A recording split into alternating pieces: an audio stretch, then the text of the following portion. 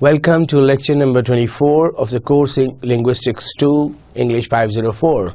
Now, as you can see, differences between spoken and written discourse. Now, this is what we're going to discuss today. And since in the last lecture we talked about the discourse analysis, so during the discussion we came up with the facts that you can have different discourses. You can have written discourses, you can have spoken discourses, the written piece of writing or the spoken conversation. So what in fact is the difference between these two? What are the salient features that distinguish these two kinds of discourses? And while we are analyzing these two discourses, what rules we have to follow, how we have to look at the written discourses, and how we have to look at the spoken discourses.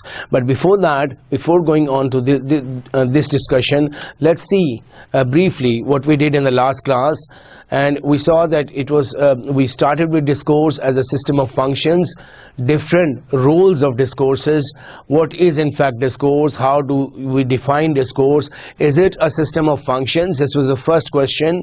Now, we saw a sentence, what is the time? For example, if we take this sentence, what is the time? Now you can see that it plays several functions, like its emphatic function, it opens a contact, it starts the conversation, it starts the communication. Emotive function conveys the need of the speaker, because the speaker needs to know what the time is, so it also plays the function of emotion, conveying emotions, or the emotive function. Then we saw that it also plays the conative function. For example, it is asking something of addressee, it is asking for a response from the addressee. When somebody says what's the time, definitely is looking for a response from the addressee to give him the time or to tell him what the time is. So that is the conative function. Then a referential function makes reference to the world outside language and is talking about a physical object, the time, outside the reference of language, outside the world of language. You are giving a reference of something which is not in the language, which is not related to language. You are talking about the physical world, or the time that is there, that is the outside the domain of language. You are talking about some physical object.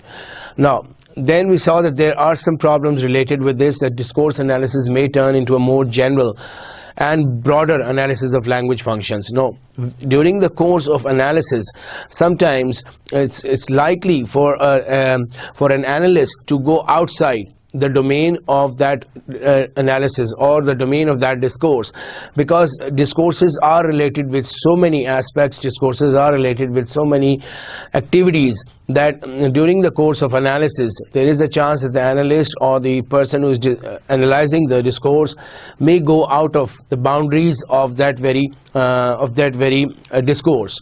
So this problem is there, and one needs to be very particular about the kind of analysis is doing, or the kind of discourse is faced with. Now, the objects of discourse. Discourse refers to any utterance which is meaningful. These texts can be written texts, oral texts, mixed written and oral texts. For example, internet chat.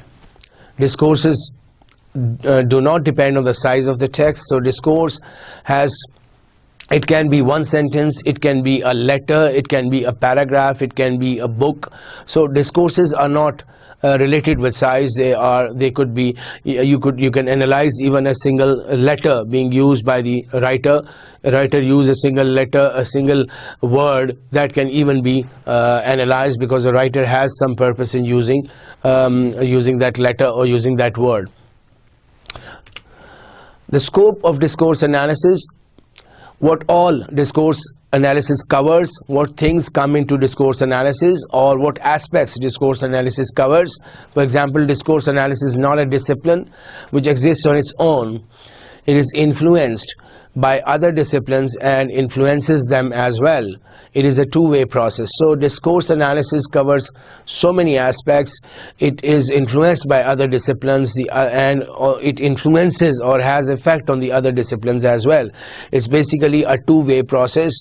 The other disciplines, they have effect on discourse, and discourse also has effect on the other disciplines. The analysis is two-way process. You can't, it doesn't exist on its own. You can't take it as an an independent entity. For this reason, discourse analysis examines spoken and written text from all sorts of different areas, like for example medical, legal, advertising, and from all sorts of perspective like race, gender, power. So any discourses, any kind of text, any kind of writings, any kind of conversations coming in different fields like medical, legal, advertising, engineering, business, or coming from any sort of people, like any kinds of races or races of people, or the gender or power or any kind of societies, cultures, all that is covered in discourse analysis, because discourse analysis is not one particular speech. It has a very broad canvas, and it covers all these things. Discourse analysis has a number of practical applications. You can even apply it practically on what fields like communication problems in medicine, psychotherapy, education, in analyzing written style. So it covers all these things. It covers education, covers psychotherapy, covers medicine, covers engineering. So practically discourse analysis can be applied to a number of fields, to a number of areas, and it helps us to analyze the writings or analyze the text in those areas. Then we talked about different approaches to discourse analysis, like the speech act, like the interactional social linguistics, the ethnography of communication, pragmatic approach, conversation analysis, and variationist approach. So these are different approaches through which you can attack the text, or through which you can analyze the text. Now, then we finally we saw a summary of all these approaches to studying discourses, like structural and then functional. So structural analysis, in structural we saw its conversation analysis at the top, sequences of talk, that is the focus of research, and the research question could be why say what at what moment. Why did somebody say at what moment? So that is a sequence of talk, conversation analysis, or the dialogues, when you analyze the dialogues. Variationist, like variations, looking at structural categories within text, why that form, why a certain structure has been given, why a certain structure has been used. That is variationist, the variation in structure.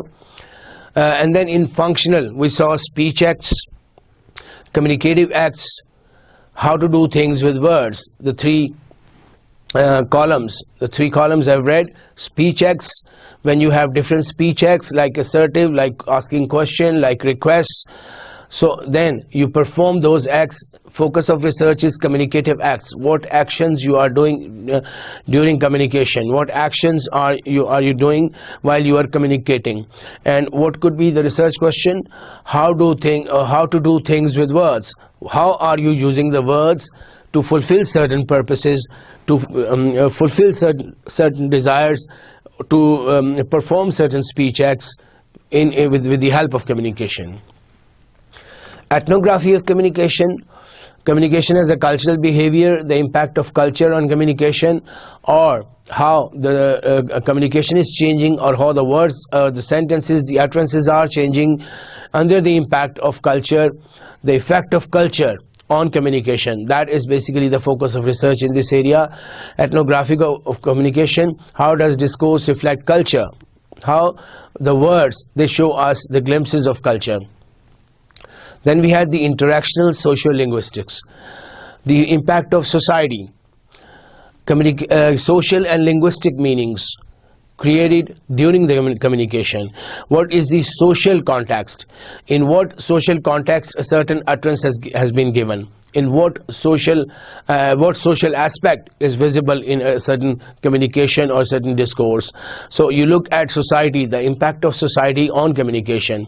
And what are they doing? That is the research question. What are they doing means what social acts are they performing? What social activities are they involved in? So that is interactional social linguistics. How social linguistics is visible through interaction. When people are interacting with each other, there is a likely chance that they would be changing their words, they would also be changing their styles of conversation, they would be changing the moods of conversation. So that is under the impact of the social settings or the social contacts. Pragmatics, the last approach we discussed. Meaning in interaction, what is the hidden or underlying meaning behind conversation?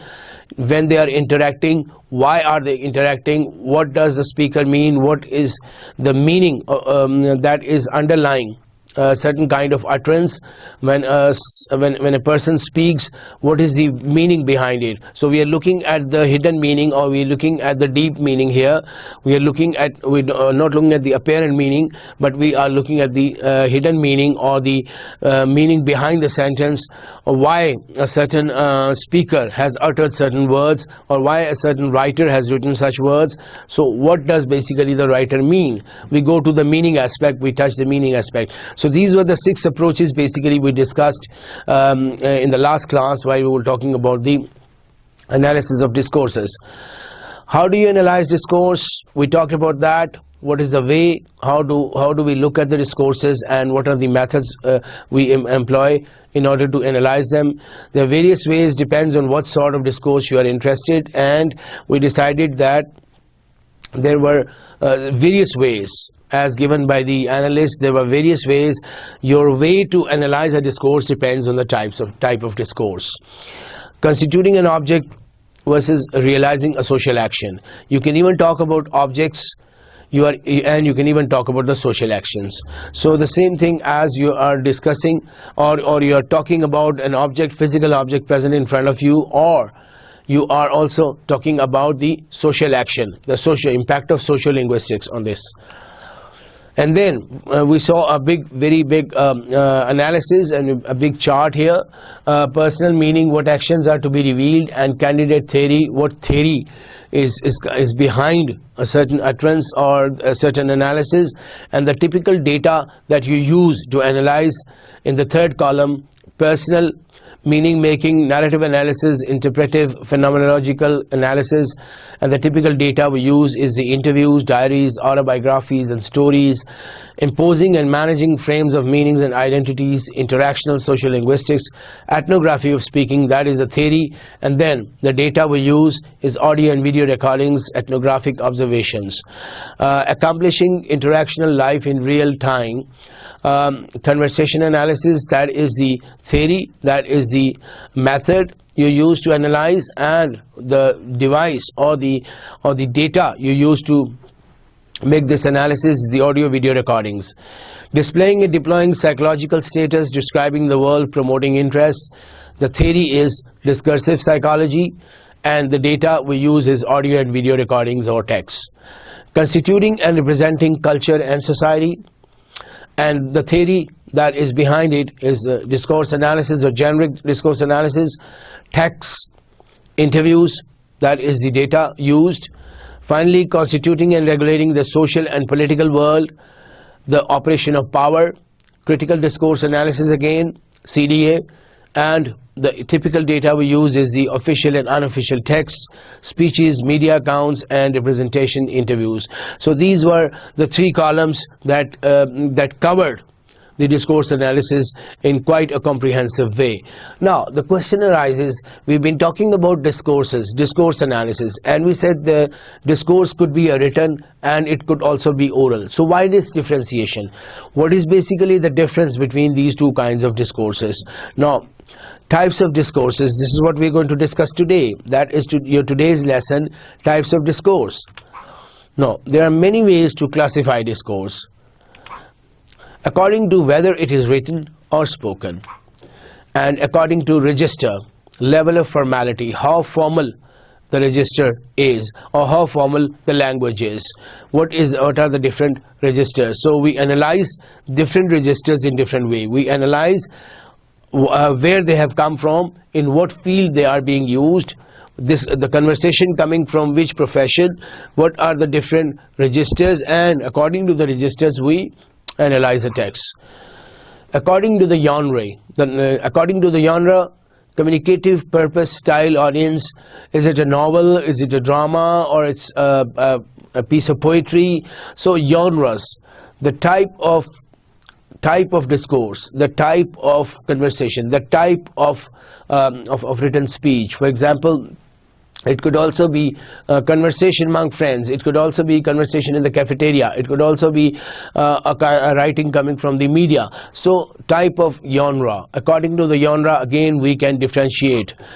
According to whether it's a monologic, one speaker or writer produces an entire discourse, or dialogic, multi-party, two or more participants interact, construct discourse together. So is it a dialogue or a monologue?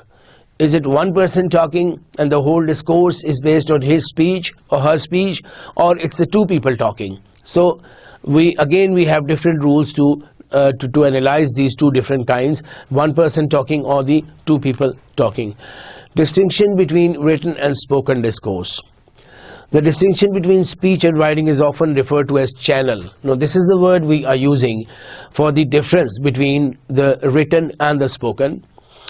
Medium as speaking and writing involve different psychological process. We also call it medium because speaking and writing, again, they also cover the psychological processes or the mental processes.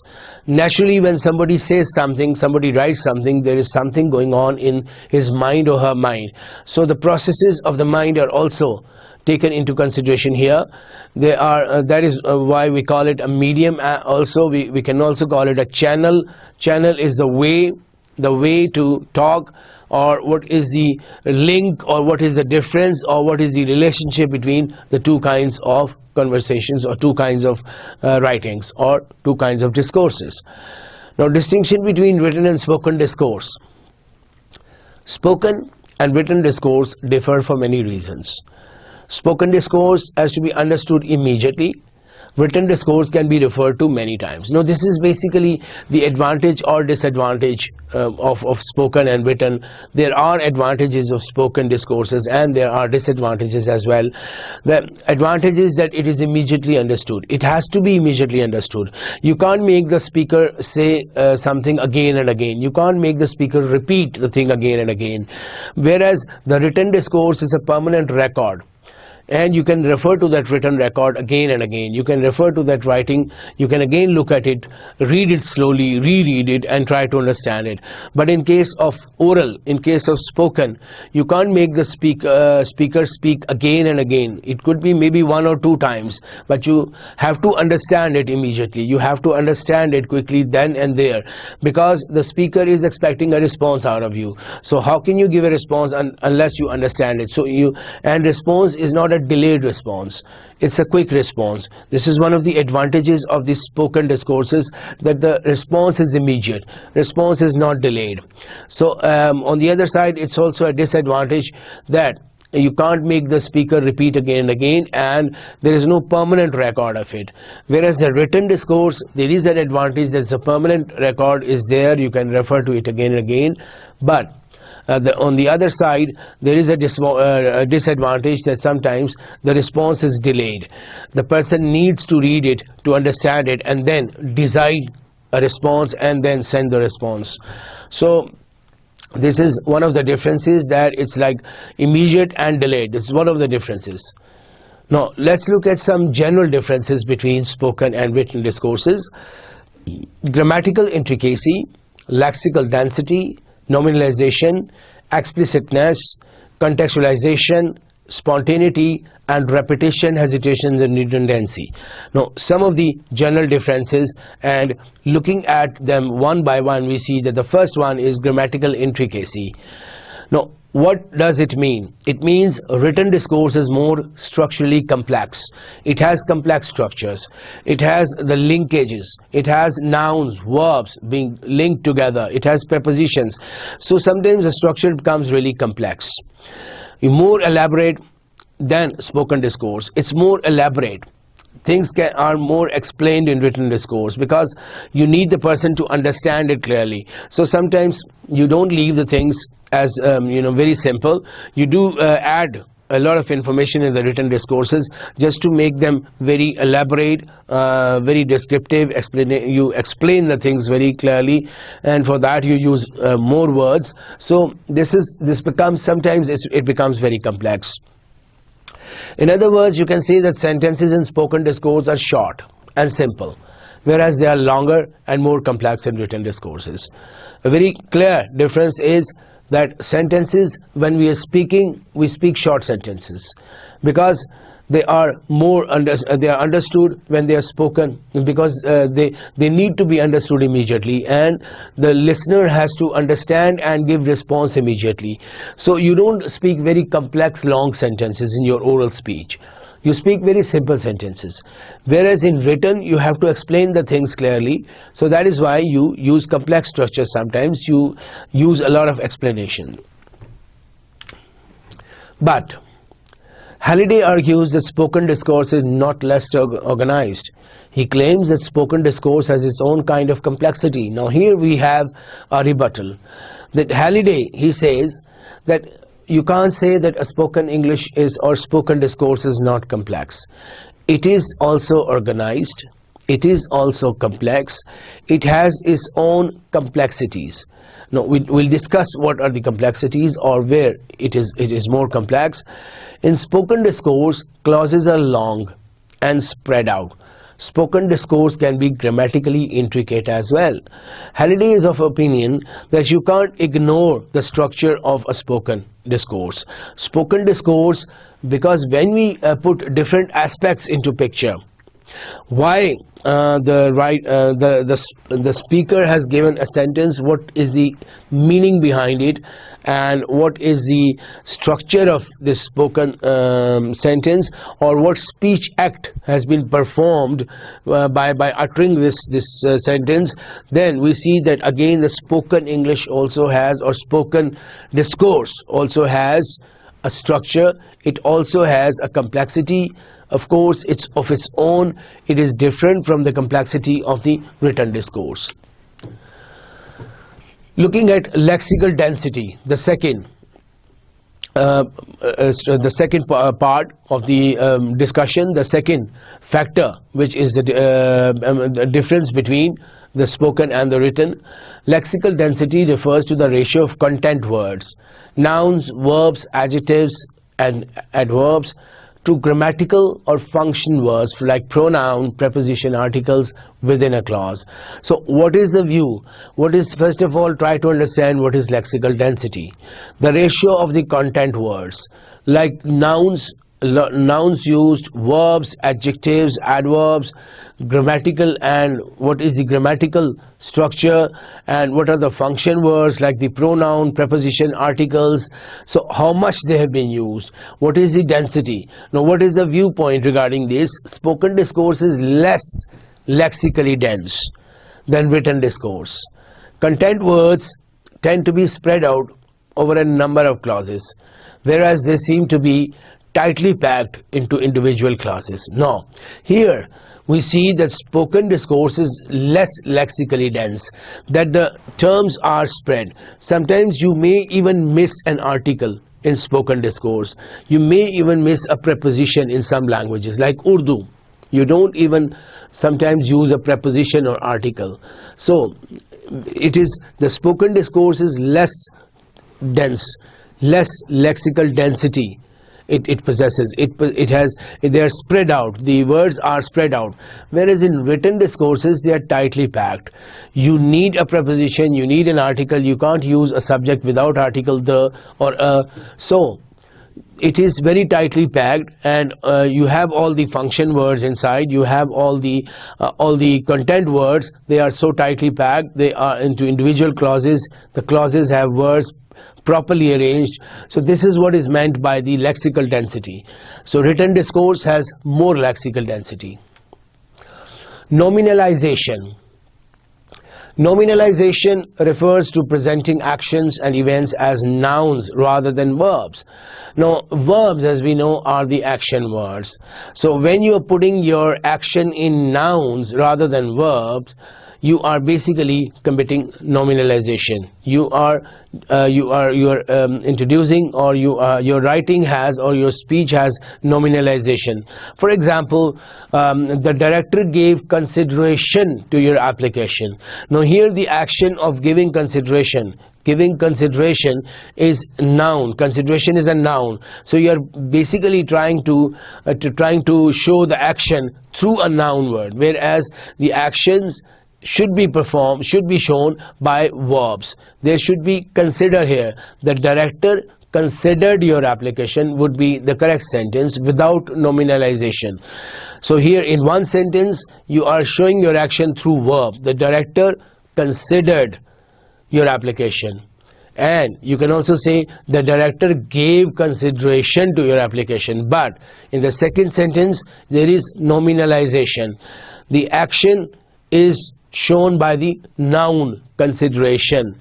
See, written discourses has high level of nominalization, more nouns than verbs.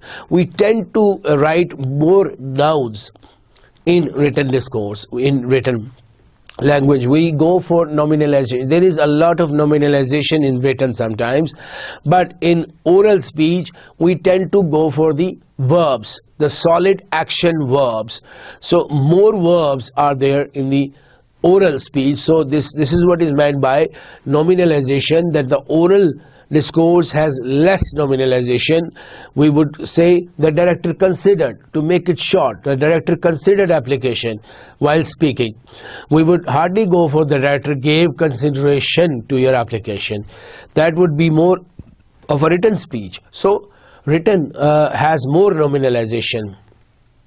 Written discourse tends to have longer noun groups than the spoken discourse. There are longer noun groups, or the nouns showing action, like payment.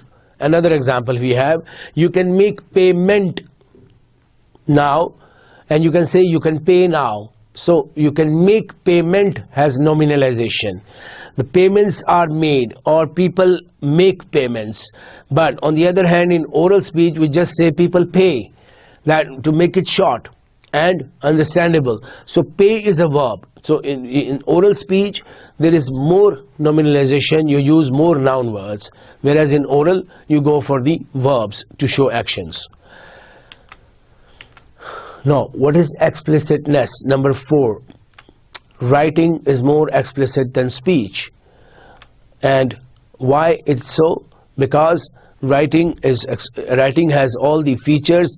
You can't ignore some of the verbs, some of the nouns. You have to put your articles, you also have to put the prepositions. So the quality of explicitness is with the writing rather than oral. Now this is not always true. The rebuttal is always there. It depends on the purpose of the text. Now what kind of text are you using? Sometimes it is explicit, sometimes it is not that explicit. It is very general. So it depends on the purpose of the text. A writer speaker can state something explicitly or infer it depending on many variables. Sometimes the things are not very clearly said, or the purpose is not very clearly conveyed, and the writer can infer meaning. So from the written speech, the writer can sometimes infer the results, has to infer the results, because it's not always explicit, and sometimes there may be a hidden meaning, or there may be a meaning. The result has to be inferred, or the result has to be extracted by the reader. The results are not very explicit or not very clear from the words or from the writing. So writing, it depends on the text. Sometimes in some texts the meanings are not very evidently given, they are not very clear, so then you have to read the sentences and try to infer the results, or try to infer the meanings. Contextualization is the next point. Contextualization as a word is somewhat self-explanatory, that you're talking about context here, the meaning. Contextualization refers to the extent knowledge of context is needed to interpret a text. To what extent you need to what extent you have the knowledge to understand the text, to understand the context. Writing is more decontextualized than speech. Speech is more attached to context than writing because speech depends on a shared situation and background for interpretation. So it is more attached to context than writing because speech depends on the shared situation, and according to the situation you use the context.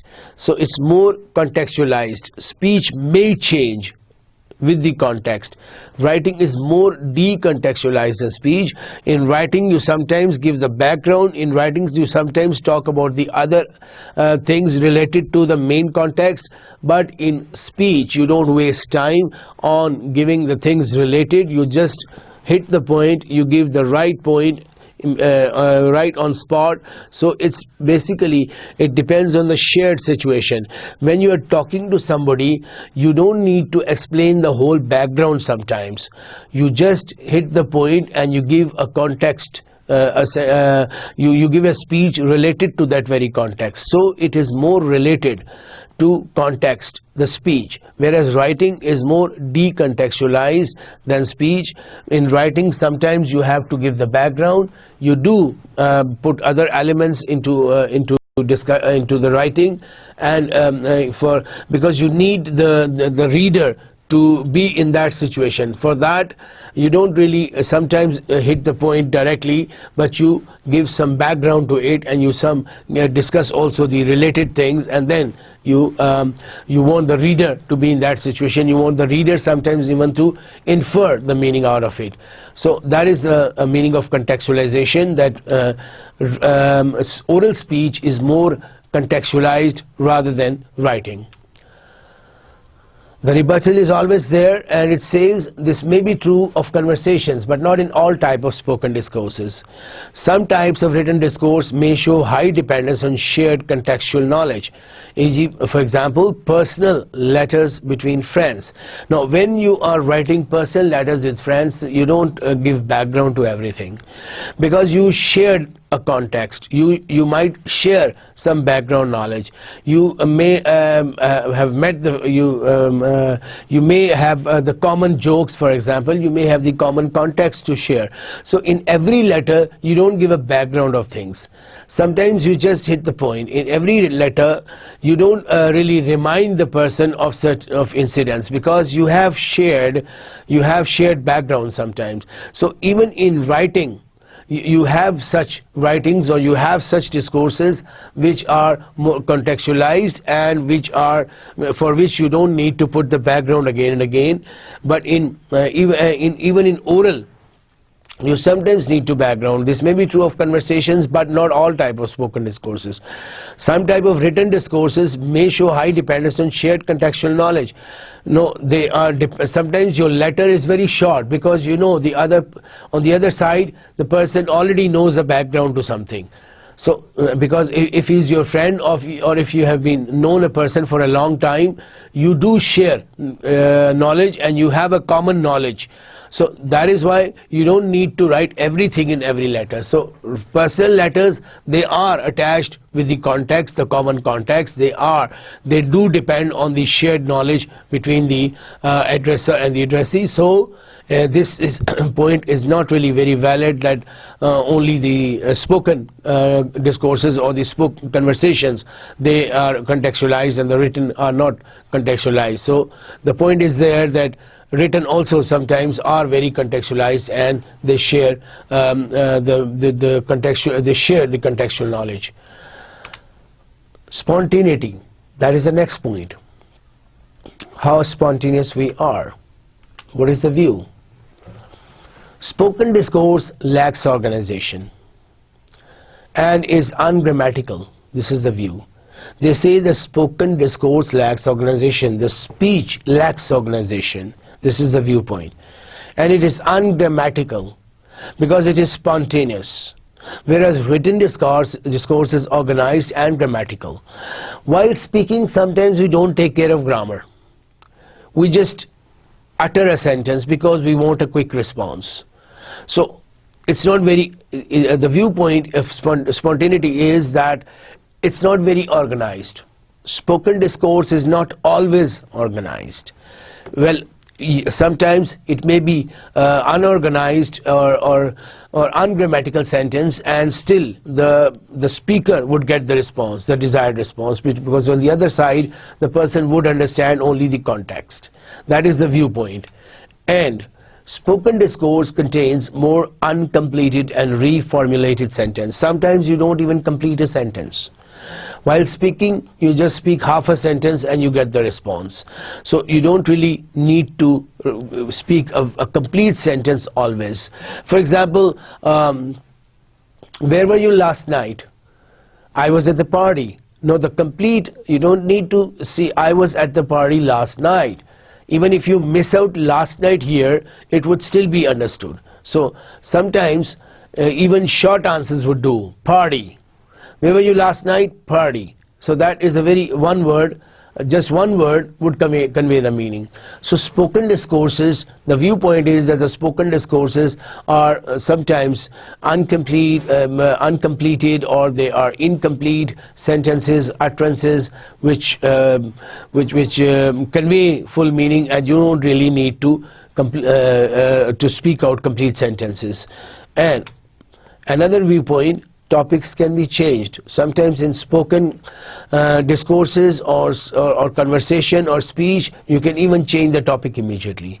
One sentence and the very next sentence would be different. For example, if two friends are talking, one says something and the other maybe is thinking about some other thing, and he would speak another sentence, ask him another question which is not related with the theme, which may have a different theme. So topics can also be changed, and themes can also be changed in conversations. Another viewpoint is that speakers may interrupt and overlap again. Here, as I just mentioned, that the other speaker, the listener would ask another question related to a different theme.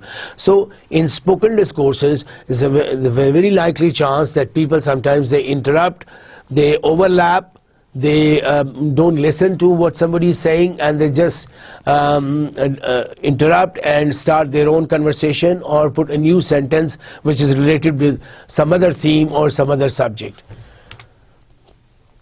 Well, the rebuttal, as we know, always the criticism is always there. It has always been there on all the viewpoints or all the theories given by people. Spoken discourse is organized, but it is organized differently from written discourses.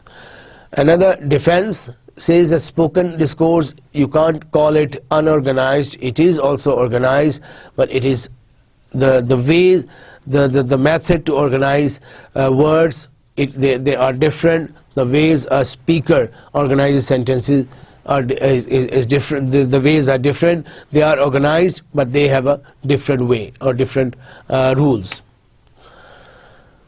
Repetition, hesitation, and redundancy. What are these? To repeat the sentence, to hesitate, and leave sometimes speech unfinished, and redundancy, repeat some of the things. The viewpoint is spoken discourse contains more repetitions, hesitations, and redundancy, because it is produced in real time, that is on spot. So on spot, it's sometimes difficult to produce very organized sentences, like impromptu speech. Sometimes you ask somebody to just go on the stage and speak spontaneously. So that speech would be different. Very few people are good at impromptu speech or speech on spot.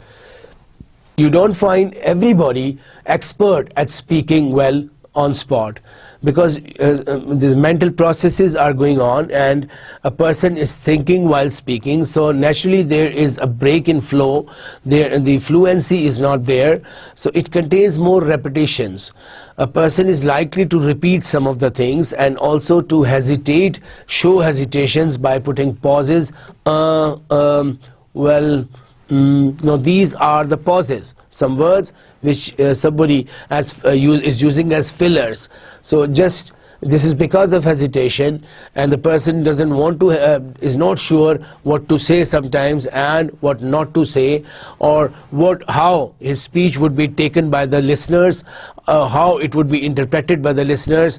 So the person is hesitating as well.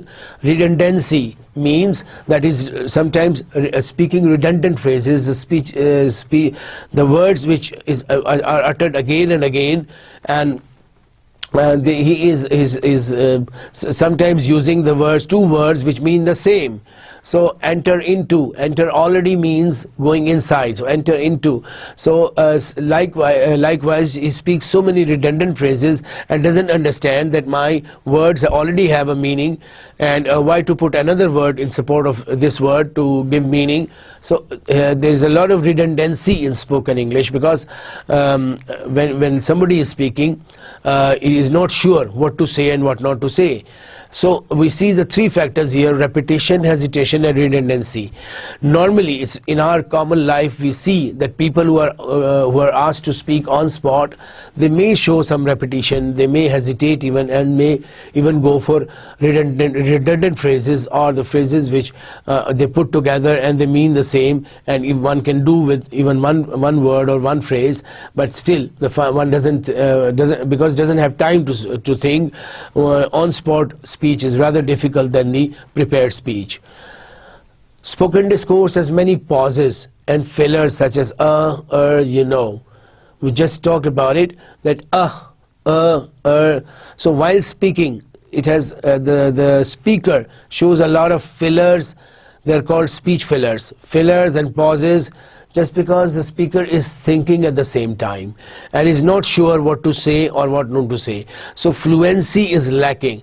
In spoken discourses, you have spoken discourses where a person is asked to speak on spot.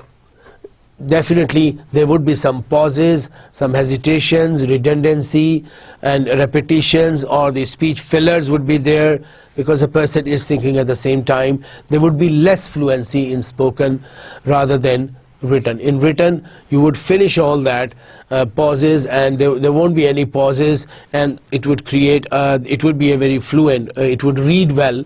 The term used is read well here, that while reading you won't feel any breaks or anything anything difficult to understand. Of course, again, in written speech also you have the rules, like there should be clarity, there should be unity in the paragraph, and it should have there should be coherence in the paragraph, and all the verbs or nouns or adverbs, adjectives, modifiers, they should be put at the right place. So there are rules for written as well, but definitely you applying those rules, you would try to create a very nice or very organized paragraph. You can't let the paragraph be without organization. You can't let it go to the reader just in an unorganized shape. So there is more disorganization, repetition, hesitation, redundancy in the spoken speech rather than the written discourse. Now, some more distinctions here we see. Spoken and written discourse differ for many reasons. Spoken discourse has to be understood immediately. Written discourse can be referred to many times. Coming on to some more features or some more differences between spoken and written. Variation in speed, but it is generally faster than writing. The speech varies in spoken and written. Variation in speed, it is generally faster. Spoken discourse is generally faster than writing, because writing, you are thinking, you're taking time to write. Sometimes you are rephrasing, sometimes you are changing the order of words, sometimes you are introducing the transition words, the linkages, the between sentences. So there you are thinking more and you are taking time. But in spoken, you don't really have time sometimes to just organize, reorganize. What is said immediately. You say it and it can't come back. It is gone. So here you don't have time to organize, reorganize, there you have time. You read it, reread it again, and you improve. You have different drafts. first draft, second draft, third draft. You may have so many drafts before the final draft of your thesis. So because there you are thinking more, you have time. You have time to read, it's in front of you. The discourse is in front of you. But in spoken, once it is gone, it is gone. You speak a sentence, it's gone. You can't take it back. There is loudness and quietness. For example, announcer, and the winner is... So this is, you can put intonation in spoken. Loudness, quietness. In written, there's no loudness, doesn't speak. The intonation is not created. Sometimes you can put emphasis through the use of signal words like although, like as soon as, like as. But in spoken, you have the intonation choice, and you can have the have your voice loud or lower your voice just to increase the emphasis and to stress, put the more stress on certain words. So there is the factor of loudness and quietness.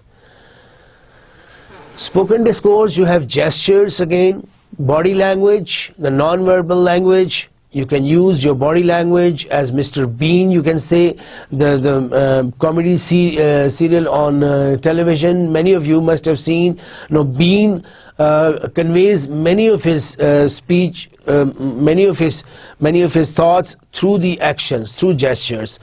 There is no voice in that serial. If you watch it, you will hardly hear a word. Everything is conveyed through the actions. So gestures of body language are a big assistance to a speaker in oral speech. You convey a lot through gestures. Sometimes you don't even need to use many words, and so many things are conveyed just through gestures. Pitch range, the shift to the higher, shift to the lower. You can raise your pitch. You can modify your voice, you can modulate your voice, you can change your voice, you can't change your pitch, but of course you can arrange, rearrange, you can utter sentence in a certain way, you can put more nasal effect or more throat effect just to change your voice, especially the people who are related with media, or people who are the newscasters or anchors on television or the radio. There they have to take a lot of care of their voice. So sometimes their voice may not be very clear, their voice may not be very audible or very clear to the audience. So then what they do, these professional people who really have to work in the media and who have to work in the, for example, movies or television or radio, they even take help from the speech therapist. They go to speech therapist, and there they have drills and to improve their voice. So they are taught how to utter sentences. Even in oral presentations, the students are guided sometimes how to utter voices, utter sentences, or how to speak well, or how to speak clearly. Sometimes some people have nasal voice, so they are advised, and through special ways they can decrease that nasal effect by opening maybe the mouth cavity more and uttering more sounds from the throat. So this is like pitch range. This thing is available in speech but not in writing. So pitch range can be changed: higher pitch, lower pitch, stress, underline words in the transcription, good. So when you are in written speech, you underline for stress. But in oral speech, again, spoken discourse, you have that facility to raise your voice and put stress on a certain word. The next point is rhythm, or pausing and phrasing. How to put pauses at necessary places and how to create that rhythm. Now, a tiny pause, for example, a full stop, is difficult to be measured. It's a very short pause, like in fluency, we teach the students normally that the students are to put some short pauses after sentences, not after words. So when they put pauses after words, then that spoils the fluency. But if they put short pauses after sentences, that creates a very good rhythm. So, but a pause of, now look at the second, 7.1 seconds, that is a very longer pause. So 7.1 seconds, you in written speech or in written discourses, you show it by putting dots, more dots, 3-4 dots. But one full stop is a very short pause, maybe a fraction of a second. So in spoken, short pauses are you have that privilege of like taking pauses. You have that facility of taking pauses, and you can create fluency by putting short pauses, and you can even control the number of words to utter. So, but in written written speech or in written discourse, you put long dots to show that pause, and that pause indicates that it is when it is spoken, when the same text is read, there would be a very long pause. Grammatically, the difference grammatically, spoken in discourse, fewer subordinate clauses. What are subordinate clauses? The clauses which are not complete, which don't convey a full meaning, like as I entered the room. Now you can't put a full stop after it because it's not complete, it's a subordinate. It depends on the main clause after this. As I entered the room, I saw my friends sitting. So I saw my friends sitting is the main clause. So the subordinate depends on the main clause to be understood. You can't really take it completely, and you can't understand it completely. So there are fewer subordinate clauses in written, in spoken. When you're speaking, you don't use many subordinate clauses. As I entered the room, well, people are waiting for you to utter the next part. And I saw my friend. When the next part is uttered, again, you understand the subordinate clause as well.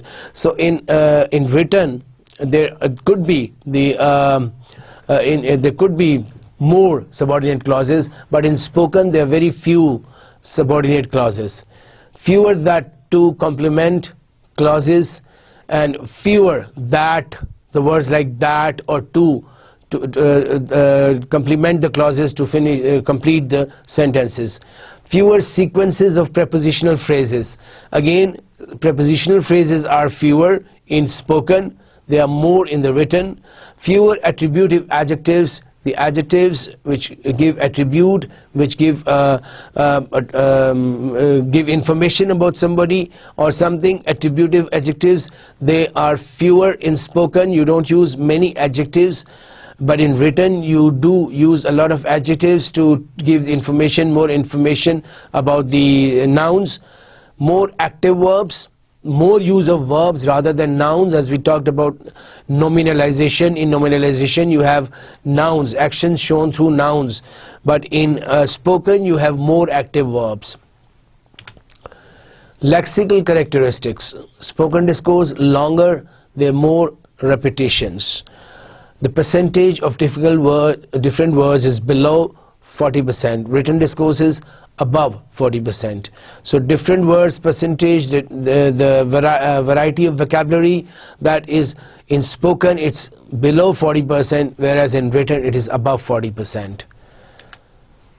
Shorter, less complex words and phrases in spoken. Contractions, fewer nominalizations, more verb-based phrases, more words that refer to the speaker, less abstract words, more quantifiers. So in spoken all these things are present. Less complex words, of course we've just discussed that the written has more complex words. Contractions are there. What are contractions? When you contract to like I won't, I'm going, don't, instead of do not we say don't, doesn't, hasn't. So in spoken there are more of contractions. You contract and you join two words and you contract, like don't. Instead of do not you say don't. Instead of does not you say doesn't. Or hasn't, or we haven't. We say we have not finished the work, we say we haven't finished the work. So haven't is a contraction. So in spoken you have more contractions, whereas in written you have very rare contractions. You have you write full, we have not. So under the impact of spoken nowadays, in the current English, modern English, you see some contractions under the influence of the American English especially. You see some contractions, but they're very few, and the trend is not really very strong in the written English to use contractions. More verb-based phrases, more words that refer to the speaker. So in conversations, in the spoken discourses, on the oral discourses, you have more words referring to the speaker, more words which refer to the person who is speaking, rather than in written English. In written discourses, you have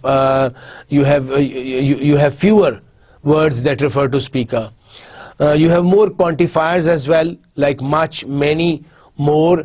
You use a lot in your conversation. They are called quantifiers. Some, many, much, a lot of, quite, a few.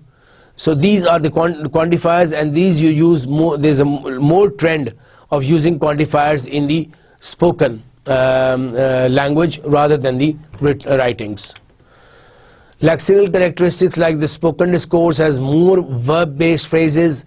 Having treatment is written and being treated is spoken. So you have treated as a solid verb, showing action. Treatment is a noun. Having treatment is a noun. So the action, you are showing action through a noun.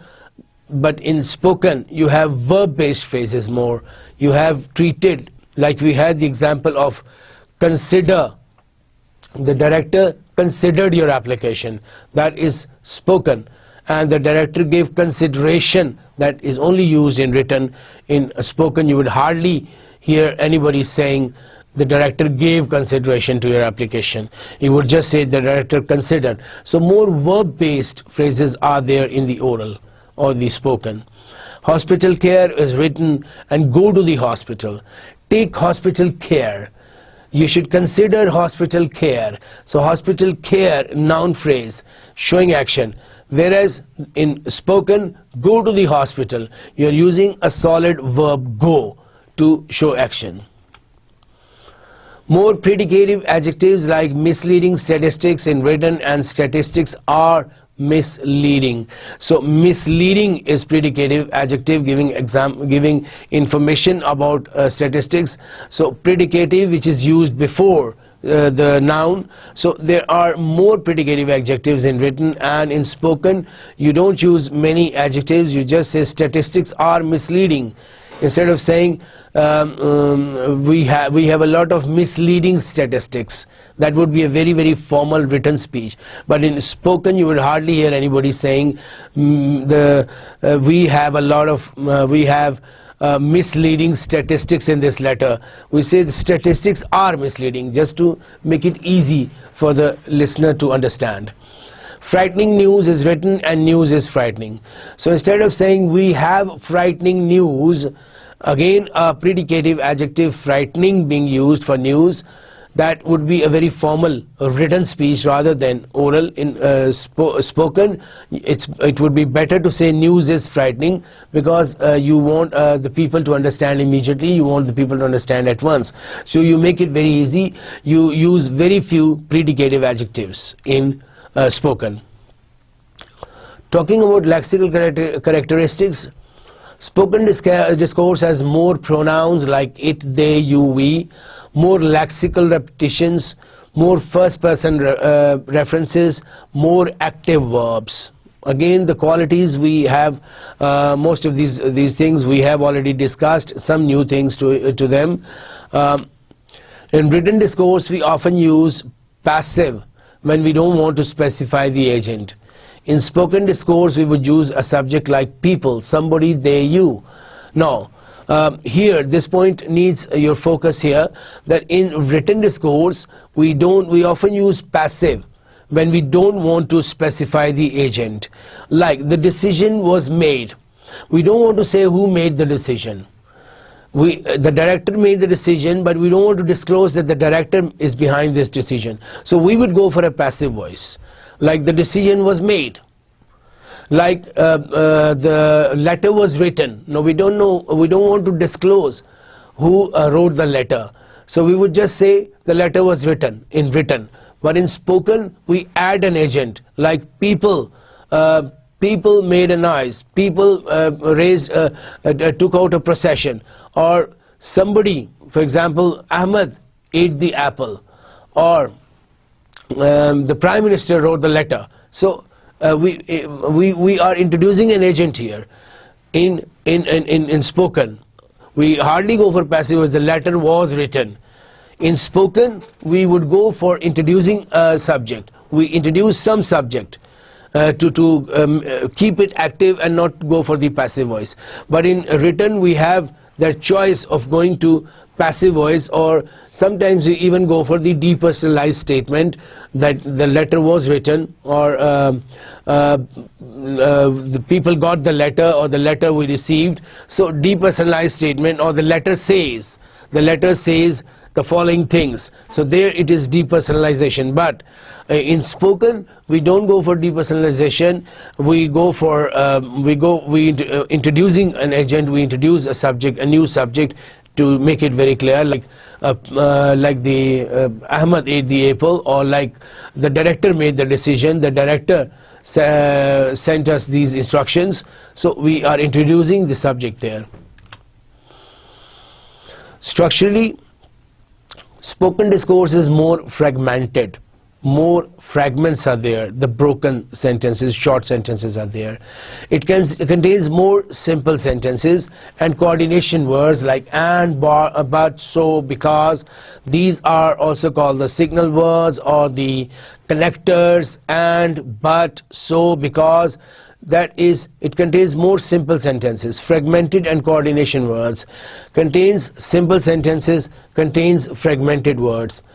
And it contains fragmented fragments rather than complete sentence, because in spoken, according to the context, it's easy for people to understand if it's made, a short sentence is made instead of a long sentence, because time matters in spoken situations. You need immediate response. You need the people to understand you immediately and give you quick response. Written text exhibit a bewildering variety and richness of different structural forms. It's really surprising that a lot of rich words or complex words or complex structures are used in the structural forms, and they're sometimes difficult to even understand, so you need to read them again. Sometimes you even read the adjoining words to understand some words. That is the quality of written discourse, not the oral. Written discourse can be divided into chapters, sections, units, headings, subheadings, quotations. Whereas in the original text exploits typographic variety, a reproduction of the same text may lack qualities of the original. Sometimes add on the back of the bus. You see, add on the back of the bus, that would not give the same impact as the original ad is given on TV or in the newspaper. So there, the impact would be different. So reproduction of the same text sometimes may not have the same quality, may not have the same beauty of the original. So sometimes when it is reproduced, you go for shorter words sometimes, or to you don't sometimes retain the same impact or retain the same words that were there in the original. So the reproduction of a text or reproduction, that sometimes is different, and that may not have the same beauty, same features as the original. So written discourse can be divided into chapters. You have the facility of dividing it into chapters, subdividing, where in the original text exploits the typographic variety. A reproduction of the same text, sometimes when you reproduce the same thing, sometimes you may not get the same impact. Now here a beautiful example coming from Halliday of three kinds of discourses: the written form, a typical spoken variant, and a more natural spoken version. The use, I'm reading from the written form here. The use of this method of control unquestionably leads to safer and faster train running in the most adverse weather conditions. The written form, remember, complex, difficult words. A typical spoken variant. If this method of control is used, trains will unquestionably be able to run more safely and faster, even when the weather conditions are most adverse. So easier version, typical spoken variant, and more natural spoken version. Now look at this. You, the use of personal pronoun you, can control the trains this way. And if you do that, you can be quite sure that they'll be able to run more safely and more quickly than they would otherwise, no matter how bad the weather gets. Look at the words how bad, look at the word get. a very natural way to speak.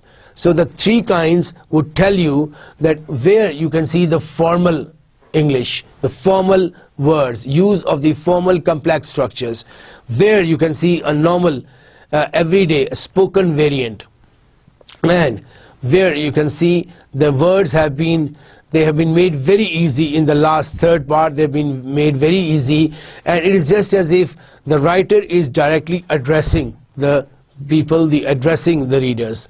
So more spoken. A person standing and speaking to people would directly address them and use the pronouns like you, I. So more personal pronouns are there in the natural spoken version rather than the written form, which you see in the first part. The use of this method of unquestionably leads a depersonalized version where there is no person, it's not the direct address to the people. We have words from Brown and Yule. We use speech largely for the establishment and maintenance of human relationships, or we use it for the interaction. Whereas we use written language for working out and transference of information.